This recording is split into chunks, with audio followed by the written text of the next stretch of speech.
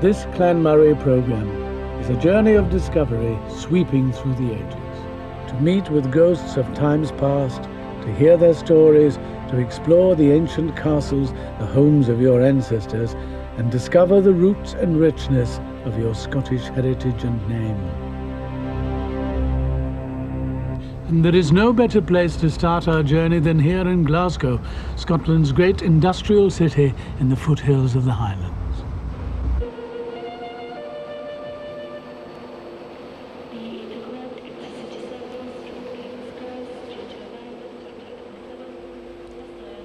Today, people come from all over the world to visit this historic city. But 200 years ago, these bustling streets were thronged with people here for a very different reason. Some following hardship in the Highlands, others seeking opportunity and adventure, came here to the port of Greenock in the Firth of Clyde, where they took ship for the Americas, and later for the younger countries of Australia and New Zealand, an emigration which continued almost to the middle of this century.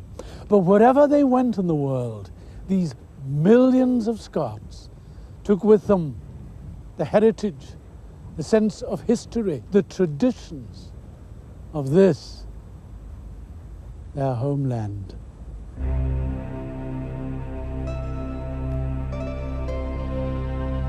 From scenes like these, old Scotia's grandeur springs. It makes her loved abroad, revered at home. From the towering snow-capped highlands in the north, through the purple heathered glens of swirling mist, and onto the softly rolling hills of the borders, this ancient and beautiful land of Scotland is held dear in the hearts of millions of Scots worldwide. The story of Scotland and of her peoples is as complex and diverse as the many different cultures and traditions which have merged to form this most unique of countries. Cultures which have clashed through time, Highland and Lowland, Jacobite and Hanoverian, and yet have given birth to the stirring romanticism of the Gaelic lordship of the Isles, and to the remarkable achievements of the royal House of Stuart.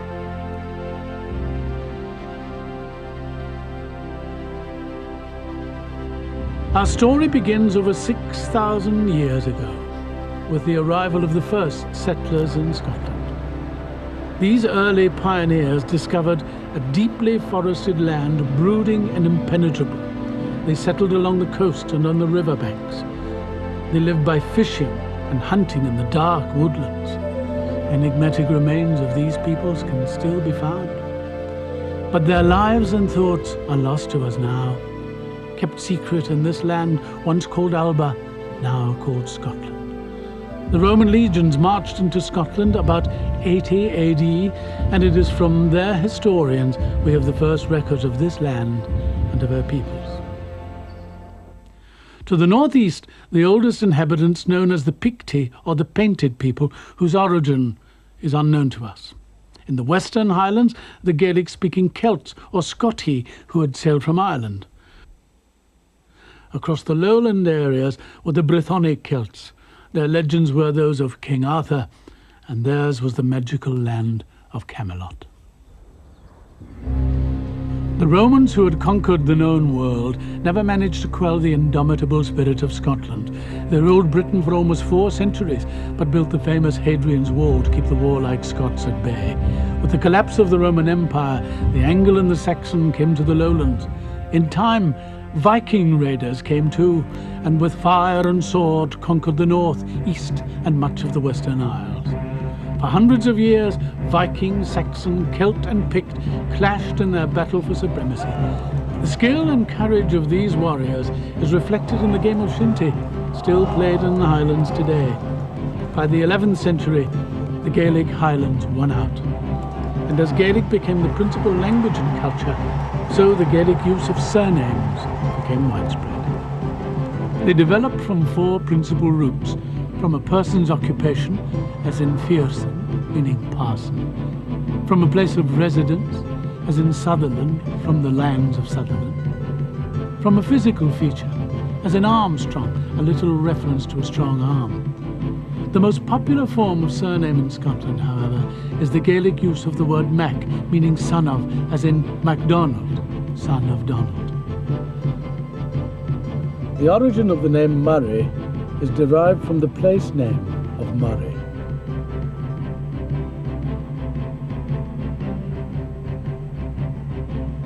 For a person with Scottish roots, your surname is only one clue in the search for your ancestry, for unique to Scotland is the ancient system of clans. The word clana is derived from the Gaelic and means children or family. It is used in its present-day context to mean an extended family, often, though not always, sharing a common name, united under a chief and bound together by a shared heritage.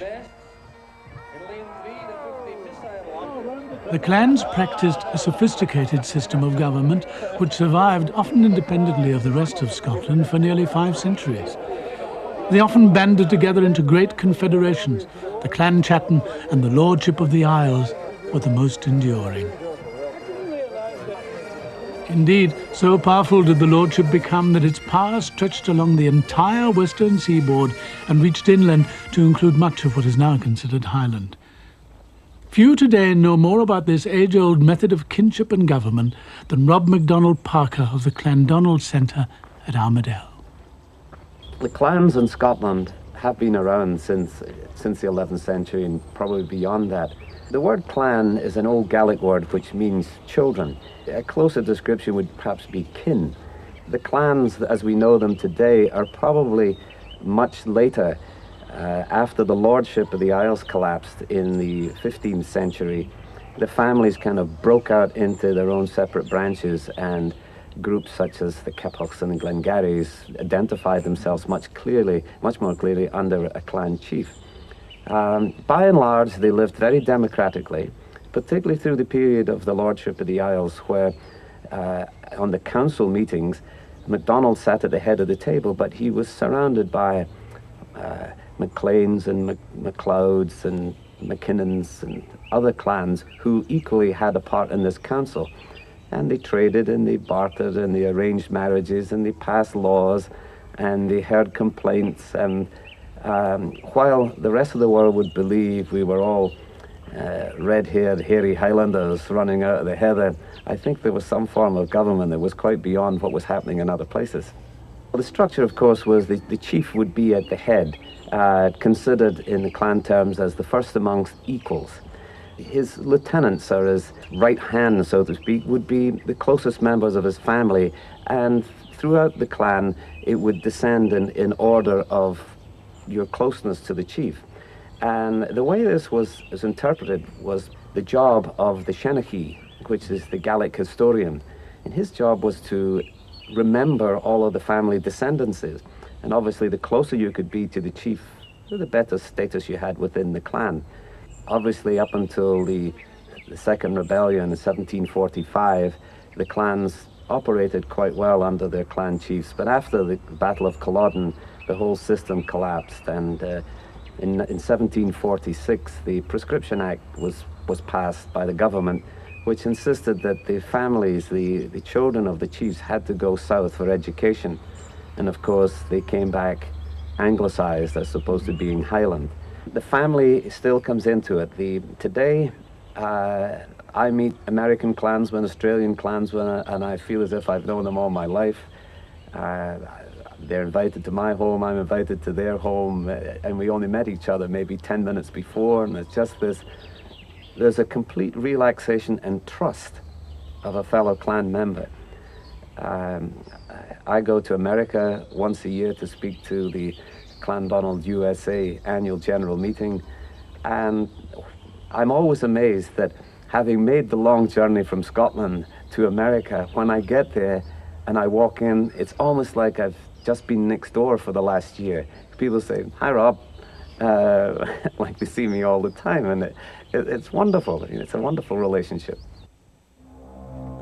The ancestor of the Murray clan was Freskin de Moravia, who held the lands of Stabroek and West Lothian and Duffus in Moray. The name de Moravia possibly links the family to the old Pictish more mayors of Moray. However, it is also contended the name might be Flemish in origin. Freskin was granted lands in Moray by King David I. He also acquired extensive properties in the lands of Bothwell and others in the south of Scotland. Several of his sons founded other Moray houses, including the Murrays of Tullibardine. He died in 1226, and his son, Sir Walter, was the first to be described as of Bothwell. It was later in this century that the magnificent castle of Bothwell was constructed. In time, Sir William, his son, died without issue, and the title passed to his brother, Sir Andrew, who was a staunch supporter of Wallace in the Scottish Wars of Independence.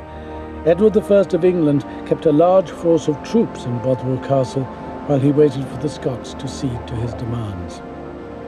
Sir Andrew, the third Lord, was kept a prisoner in the Tower of London, where he died. His son, also Sir Andrew, continued the struggle alongside Wallace and captured the castles of Urquhart and Aberdeen and gradually extended his conquests south. In 1297, at the famous Battle of Stirling Bridge, Murray was in joint command with Wallace. However, at that victory that sowed the seeds of Scottish independence from England, your ancestor was wounded and died soon afterwards. This was not before he had, however, written to foreign countries in Europe, informing them that Scotland was open for trade once more, because the kingdom of Scotland, thanks be to God, has been recovered by war from the power of the English. His son, also Andrew Murray, succeeded as the fourth Lord of Bothwell and was Regent of Scotland. In effect, he ruled as king following the death of Robert the Bruce. He was killed in battle against the English at Helledon Hill in 1333. By 1360, the lordship and the great castle had been carried by marriage to the mighty House of Douglas. Tradition places the origin of the Clan Murray in that part of Scotland from which their name comes, Moray in the far north. But clan ambition soon outgrew that early kingdom, and as they moved south through the Highlands and the Lowlands and throughout all Scotland and their influence spread, they became the Murrays of Bothwell, the Murrays of Tullibardine, the Murrays of Atholl. And it's here now, in Atholl lands, we now stand. The home of the Duke of Atholl, the heartland of the Murray heritage, Blair Castle.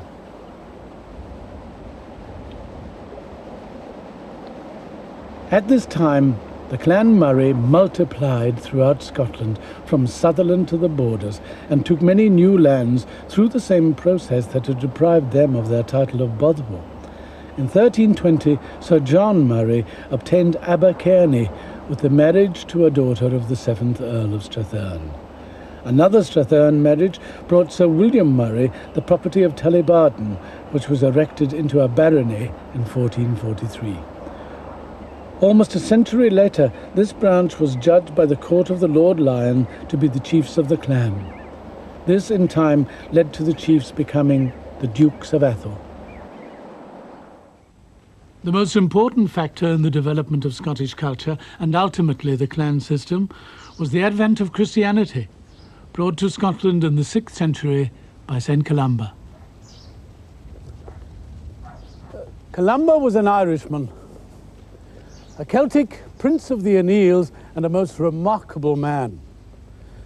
To atone for the blood he had shed as a warrior, he became a priest and chose to exile himself as a missionary in Scotland.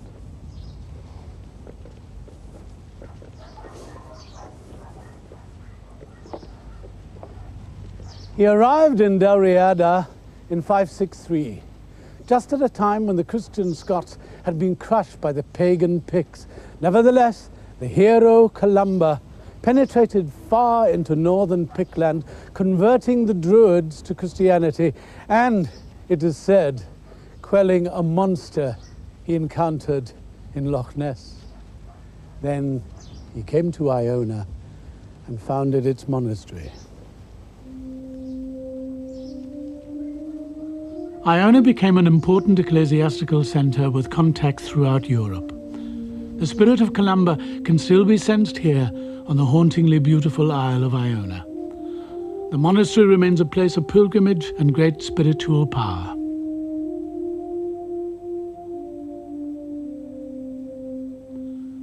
The shared Christianity of Celt and Pict created an atmosphere of mutual trust and intermarriage. Here once stood the ancient city of Scone, the very first capital of Scotland and the heart of its history and faith. For this is a place of kings. Here, after years of bitter enmity and wars, the Celts of the west and the Picts of the east were at last united under one high king. Kenneth MacAlpin, of mixed Celt and Pictish blood, was crowned king in 842. When Malcolm Canmore was crowned king of Scotland 200 years later, Scotland had become firmly established as a nation-state. Despite the rule of a single king, the clans maintained their own independence. There was much feuding and bloody warfare. The Clan Murray were staunch supporters of the Stuart kings and were deeply involved in the Jacobite risings of 1715 and 1745. During this time, there are many stories told of the brave and noble exploits of your clan. However, there is a story told of one member who was not so noble. John Murray of Broughton, who was descended from Murray of Philiphaugh, had travelled to France in the year before the 45 to try and dissuade Bonnie Prince Charlie from his attempt to regain the throne. When he could not persuade the prince from his intended course of action, he returned from France with him in the office of his secretary. It is reputed that after the Battle of Culloden, he buried great sums of gold beside Loch Arkaig. He was captured soon after and taken to London. Ill and exhausted, he was persuaded to save his own life by giving evidence against those involved in the rebellion. It is likely that the information he gave was of little use to the authorities at the time, but he became known as Mr. Evidence Murray.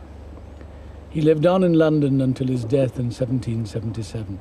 He did, however, compose valuable memorials as his apologia. These give an account of the Clan Murray's many-sided and dominant role in the events of 1745. Although Malcolm Canmore's Scotland was a resolutely independent nation, events further south were soon to have an impact. In 1066, England was invaded by the Normans. Within 1 year, they had totally crushed all opposition. A wave of refugees swept north for the sanctuary of Malcolm Canmore's Scotland. Among them, Edgar and Margaret, the children of the deposed King of England. When the English royal family fled to Scotland after the Norman invasion, King Malcolm fell quickly and deeply in love with the Princess Margaret. They were married soon after. It was a marriage that brought many changes to Scotland. Under Queen Margaret's influence, the Gaelic culture was slowly eroded in the lowlands. The Scots dialect of English began to replace Gaelic as the spoken language. The dress and manners of the English court became commonplace, and the Scottish church was radically altered. In time, the Normans and the Scots of the lowlands began a period of intermarriage, trade and commerce. Much land was granted to the Norman knights, who established their own family dynasties. Lord Elgin, a descendant of Robert the Bruce, whose own family was established at this time. I think you would usually say that it was families north of the Highland line in Scotland, where a great chief, the strongest member of a family, had established himself and his descendants, all of whom consider themselves descended from the original chief. Sometimes he was undoubtedly a figure which could be pointed out historically. Other times, I believe you might almost say that it was a figment of the imagination. But still, this feeling that every member was directly descended from the original chief. In other parts of Scotland, families undoubtedly had a close network of relationships But I think they tended to consider their new family as equally as important as the original one. And in the case of my own family, of Bruce, many of the junior branches of the family have been immensely distinguished and are entirely separate, as it were, in their way of thinking, and could not be considered in the same way as Highland families. The great Norman families of the lowlands, newly established in the 1100s, were to play a major part in the growth and development of Scotland. England became fearful of this developing strength, and in 1244 launched the first of many invasions.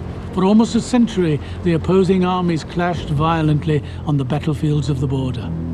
This warfare brought Scotland to the brink of disaster. The death of the king, Alexander III, in 1286, plunged the country into chaos. All seemed lost until the emergence of a new leader, Sir William Wallace. Wallace led an ever-increasing band of independent Scots into battle against the English, and with an ad hoc army, vastly outnumbered, he achieved victory after victory. Here at Stirling Bridge, in 1297, the patriot Sir William Wallace routed the English army. King Edward was so incensed that he came to Scotland himself, and for 2 whole years harried Wallace and his followers. Finally, in 1305, Wallace was betrayed, captured, and brought to the Tower of London, where he was hanged, drawn, and quartered. Edward's dream of a Scotland subject to the English crown was almost a reality. All that remained for him was to place his ally John Comyn on the throne. But Wallace's gruesome execution was not to be in vain. One of Edward's supporters, the young Scottish knight Robert the Bruce, had been inspired by Wallace's struggle for a free Scotland. In February 1306, Bruce called John Comyn to a fateful meeting in Greyfriars Church. The two men argued, swords were drawn, Comyn was struck and left fatally wounded at the altar. Bruce was forced into the life of a fugitive, pursued across the lowlands and highlands. Despite the impossible odds, many Scots slowly rallied to his banner. Towns and then castles came under his control. Essential to his campaign was the control of Stirling Castle. The garrison there agreed to surrender to Bruce if it was not relieved by the 24th of June. The massed armies of Edward II headed north and were in place by June 23rd. Bruce drew up his army on the banks of the Bannockburn. The Battle of Bannockburn took place on the morning of Midsummer's Day, 1314. Bruce, knowing he had the smaller forces, chose to occupy this high land, thus forcing the English army to come at him up the hill. At sunrise, the battle commenced, but the English armour soon found itself bogged down in the marshland waterlogged by the Bannockburn, and the English archers could find no place from which to attack. Sir Henry de Bohun, one of the bravest of the Norman knights, challenged Bruce to single combat. The Scots warrior king at once accepted. In the ensuing duel, he neatly avoided the Norman's lance and, swinging his battle-axe around his head in a huge arc, cleaved the Norman's skull with a single blow. The Scots cheered and charged, and before noon, King Edward was in full flight for the English border. 14 years of cross-border raiding followed until a treaty was finally signed. Scotland had won the day, and Robert the Bruce was her undisputed king. Bruce's campaign took place during the heyday of heraldry. One of Scotland's leading experts on heraldry is Alistair Campbell of Aird, from the court of the Lord Lion. It is a remarkable thing, but heraldry today in Scotland is more alive and part of our national life than it ever has been. It was in 1672 that the splendid series of arms recorded in Lion Office was first commenced. And in the last 30 years, there have been as many grants and matriculations of arms as there were in the whole of the previous period put together. Heraldry came into Scotland, as with most of the rest of Europe, towards the middle of the 12th century. It had three important uses. The first for personal identification, for people who were clad in all-enveloping armour, which might well have led to an unfortunate mistake in the heat of battle. Secondly, as a means of locating leaders in the field. And thirdly, very importantly, in the form of personal seals as a means of authentication of important legal documents in a day and age when very few people, apart from the clergy, were capable of signing their own names. To make the system work, it required control, and here we see the arrival of the heralds. In Scotland, the chief post is held by the Lord Lion, King of Arms, whose origins go back to the royal shenachie of the ancient Celtic kings, although his title in its present form is first recorded in the 1300s. In Scotland, he is Her Majesty's Supreme Officer of Honour, to whom the monarch has delegated responsibility for all matters armorial. He is also responsible for state ceremonial and is a judge of the realm with very considerable powers. Heraldry in Scotland is very firmly controlled, and as a result it's the purest system in existence today. At the outset, it must be stressed that there is no such thing in Scotland as a family or clan coat of arms. A grant of arms is to one person and to one person only. And once that grant's been made, the arms pass without further formality to whoever inherits as head of the family. Other members of the family may take out arms which are suitably different from those borne by its head. And in the same way, people of the same name, although they cannot trace their exact relationship, are given arms which are recognisably relative to those of the chief. And in this way, in Scotland, to the trained eye, it is always possible to recognise to which clan or family somebody belongs and their position in it. This is a crest badge which may properly be worn and displayed by all of the name of Murray. The crest denotes the top half of a wild man with his forehead and his loins wreathed for propriety's sake in laurel, holding aloft in one hand a dagger and in the other a key. And around it, on a buckled strap, is the motto, "Firth fortune and fill the fetters." Now this is a most interesting crest badge because it refers to a historical event when in 1475 the first Stuart Earl of Athol was sent at the King's command to the Isles to subdue the rebellious Lord of the Isles. King James VI of Scotland and first of England gave this palace of Scone to Sir David Murray for his loyalty to the throne. The Murray family has a long tradition of service to Scotland and the Crown, and the present Earl, William Murray, Lord Mansfield, continues to live here with his family and the peacocks, and keeps this historic home open all the year round to visitors from all over the world, especially the Murrays. At the time that James VI granted this palace to the Murrays, the future for the clan must have seemed secure. James was now king of all Britain, perhaps the most powerful man in the world, and he did not forget the loyalty the Murrays had shown him. However, within the space of less than 100 years, the Stuart dynasty had been toppled, and Murrays were leading the Jacobite rebellions to have them reinstated. The Murrays had become Earls of Athol in 1629 and Marquises in 1676. During the rebellion of 1745, the main Murray houses of Athol did not come out in support of Prince Charles. However, the eldest son, the Marquis of Tullibardine, led a contingent of Murrays to the standard of Prince Charles, and his youngest son, Lord George Murray, became the leading general of the Jacobite army. Lord George Murray was probably one of the greatest Scottish generals. He had fought at Sheriff Muir in 1715 and escaped abroad. He returned to take part in the revolt of 1719 and was wounded at Glenshiel. In time he was pardoned and returned home. He did, however, lead Bonnie Prince Charlie's rebellion of 1745. It was observed by Johnston, after the rebellion had failed, that Had Prince Charles slept during the whole of the expedition and allowed Lord George Murray to act for him according to his own judgment, he would have found the crown of Britain on his head when he awoke. After the defeat of Culloden, Murray fled to the continent, where he was received with honour. Throughout history, the Murrays have been one of the most notable of the Scottish clans. In the 200 years following the victory of Robert the Bruce, Scotland experienced a time of tremendous upheaval. The royal line of Scotland passed from the Bruce family to the Stuarts, a powerful dynasty often plagued by deceit, treachery, and greed.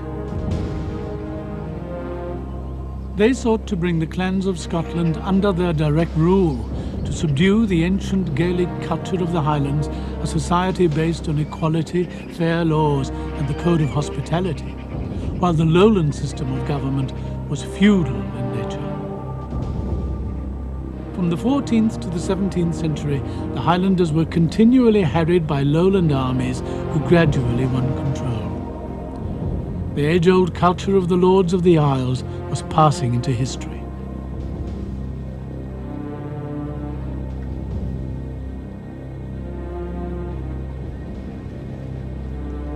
A time of great change across the entire continent of Europe, the 16th century Renaissance gave birth to the new Protestant faith. The charismatic preacher John Knox carried this new Christianity to the Scottish people, and within less than half a century it had become the dominant religion in Scotland. Spurred on by the ethos of this new religion, Scotland emerged as the world's leader in scientific, educational, and technological achievement.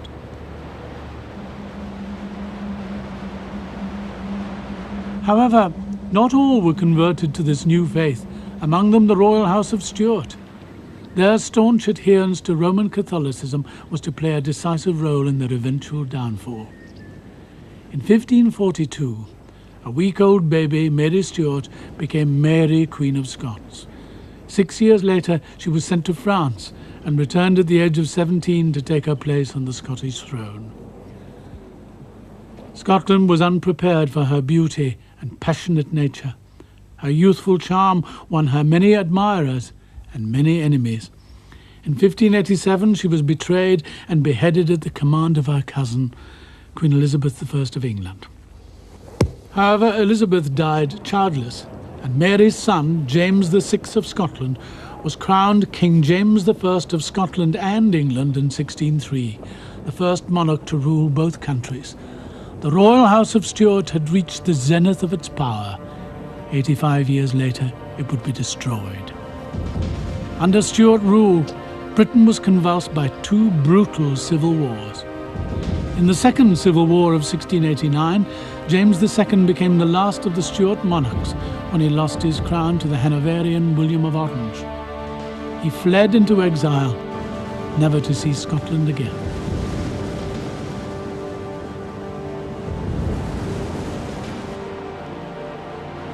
The Stuart dynasty was to attempt to regain the throne one last time. In 1745, Prince Charles Edward Stuart, grandson of the exiled king, took ship from France, landing in the Western Highlands with the statement, "I am come home." Many of the Highland clans came out in support of Bonnie Prince Charlie, and his army marched to within 150 miles of London. Realizing that no English would join him, he retreated to his Scottish headquarters at Culloden near Inverness. He was followed by an English army led by the Duke of Cumberland.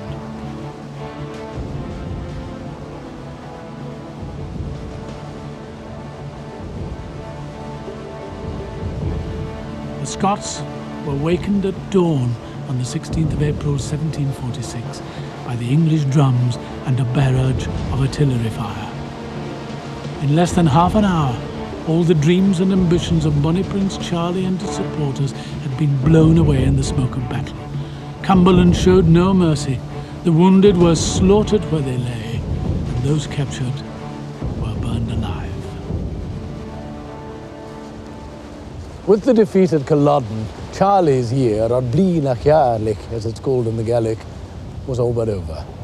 Cumberland sent out his troops in pursuit of those who had been out with Charlie. The government soldiers set fire to their houses, drove out their cattle, and laid waste to their lands.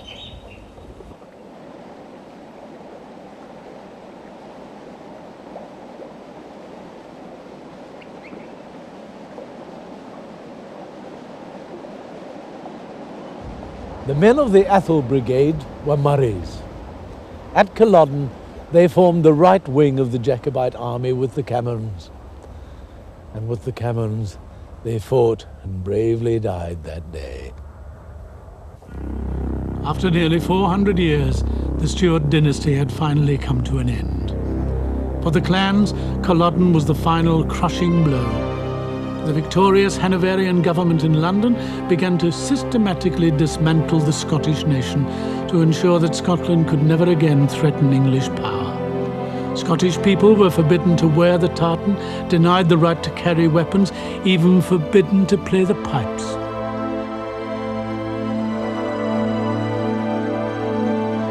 The clan chieftains were stripped of their political status and reduced to mere landowners. In time, these landowners saw a better profit in wool and mutton and began evicting the Highlanders. The clearances had begun. The once vibrant Highlands were soon left desolate, stripped of the culture and a people who had lived there for 1,000 years. The lands they'd fought over, tilled and tended, were left bleak, populated only by sheep. The Scots have always had a sense of wanderlust, a pioneering spirit. Scots had been emigrating since the 16th century, indeed before that, often as mercenaries. But during the mid-18th century and on, they were actively encouraged to emigrate to the new worlds, America, Canada, Australia, and New Zealand. Agents toured the country, employed by the various colonies to attract new settlers. The spirit of the Scots was spurred on by the lure of adventure and the opportunity to own land that could be passed on from generation to generation. The Murrays are scattered throughout the world. They have made their homes in places as far afield as Murray Harbour, Canada, and the shores of the Murray River in New South Wales. An early emigrant to America was John Murray, who became the colonial governor of Virginia in 1775. He gained notoriety for his paranoia about revolution, at one stage impounding all the gunpowder in the state. When the American War of Independence did come, he was forced to return to England. Other Murrays who gained prominence in politics were George Murray, who was Prime Minister of Nova Scotia for over a quarter of a century until 1923, and William Murray, whose eloquent speeches earned him the nickname Silver-Tongued Murray. His greatest achievement was applying his clear and logical Scots intellect to 18th century commercial law. The principles that he devised were so far-sighted that they were the basis for laws made over a century later. The Murrays also have a long history in science. Sir Robert Murray was the first president of the Royal Society and an early promoter of scientific research. Continuing in this tradition was Sir John Murray, the oceanographer, whose epic voyages of scientific discovery filled over 50 volumes when published. This truly remarkable scientist made his last voyage in his 70th year and had just finished writing the book based on his trip when he was accidentally killed in 1914. Scottish people have left their mark wherever they've gone. This impact is reflected in the wide variety of Scottish place names and organisations found the world over. The Aberdeens, Edinburghs and Glasgows of the United States, the Fraser and Mackenzie Rivers of Canada, Dunedin in New Zealand, the Caledonian Societies and Burns Clubs, and of course, the Highland Games that take place all over North America, Australia and New Zealand.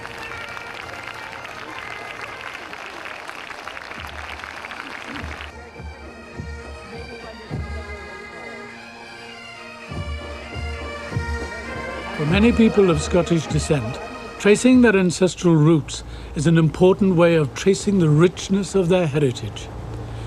Stuart Reid outlines some important points for the would-be genealogist. The best advice I could give to people coming to Scotland to do the family tree is to find as much information as possible at home. Now, the best way to do that would be to ask their immediate family, other relatives, perhaps there's a family Bible, anything they can get. The objective would be to find a Scottish link. Now, by that I mean a birth, marriage, or death that took place in Scotland. Once you'd ascertained a proper Scottish connection, that's the point to actually go to the record office or use a professional genealogist, and they would then take it back from there. Now, let's say it was an 1865 birth or something like that. There would be a copy of that birth certificate at the record office, which would take you to the next necessary step, for example, the parents' marriage, and so on and so on. It's difficult to say how far you can get back, because every case is completely different. But generally speaking, you're doing pretty well if you get back to the mid-1700s. It is possible to find living relatives in Scotland. A lot would really depend on whether they remained in Scotland and had issue. For example, let's say somebody's grandfather left Scotland. He may have had brothers and sisters who stayed in Scotland. So it is possible to see whether they had children, and so on up to the present day. So the bottom line is yes, we can trace living relatives in Scotland.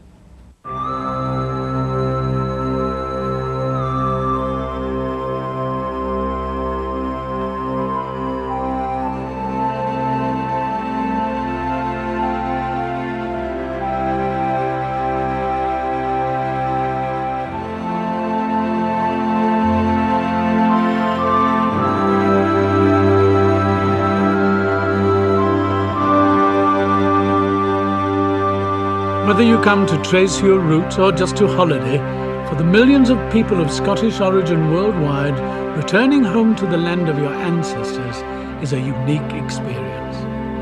Everywhere you go, and it's so easy to go everywhere, the friendliness of the people awaits you. There are no strangers, only friends you haven't met yet. Secluded villages and stunning surrounds are home to the many traditions and amenities for which Scotland is famous. Among these, it boasts the finest salmon fishing in the world.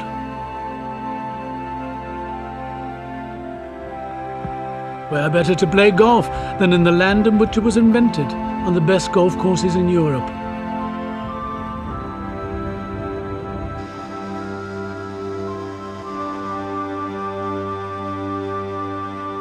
Whisky distilling is an ancient Scottish art, and people can visit the many distilleries all over the country.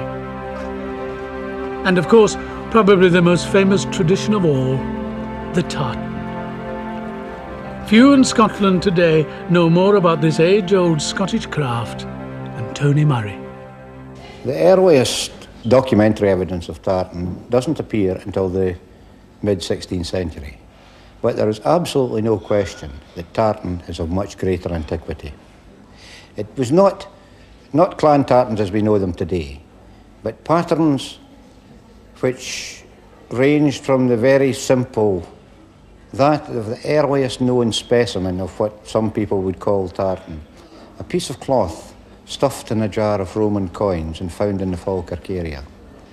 It was purely a simple check of two colours, two shades of undyed wool, probably just the product which came to hand, the clippings of some ancient sheep, woven into a pleasant dice of black and white, what today we would call a shepherd's plaid. It was not known as a tartan then. Tartan did not have names. It was not really until much later that tartan acquired names, and especially those of clans. Up until the 18th century, tartan was very much the idea of the local weaver. They ranged from the very simple, muted colours, right through to the beautifully complex designs so typical of that time.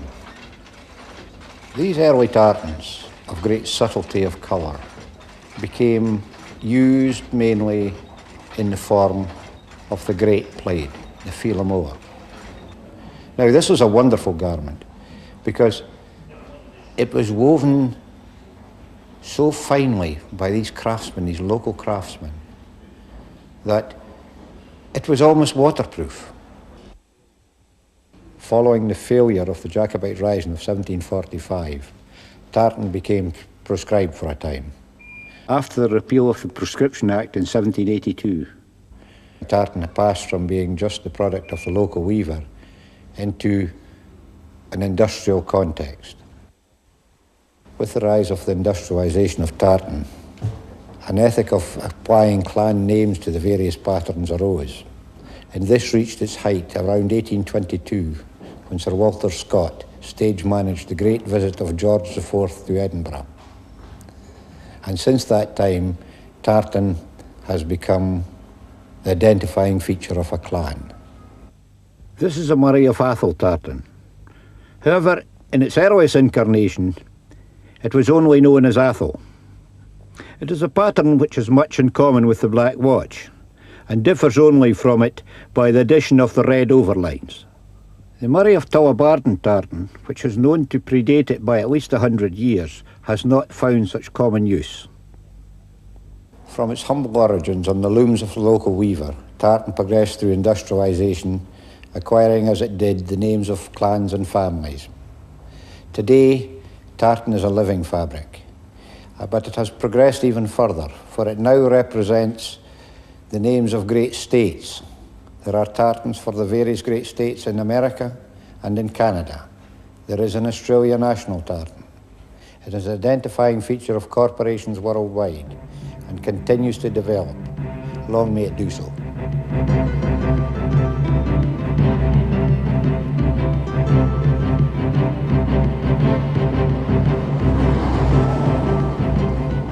And when we leave the silence of the countryside, the splendour of Scotland's great cities awaits us, as we find ourselves enwrapped in the still vibrant culture of the Scot.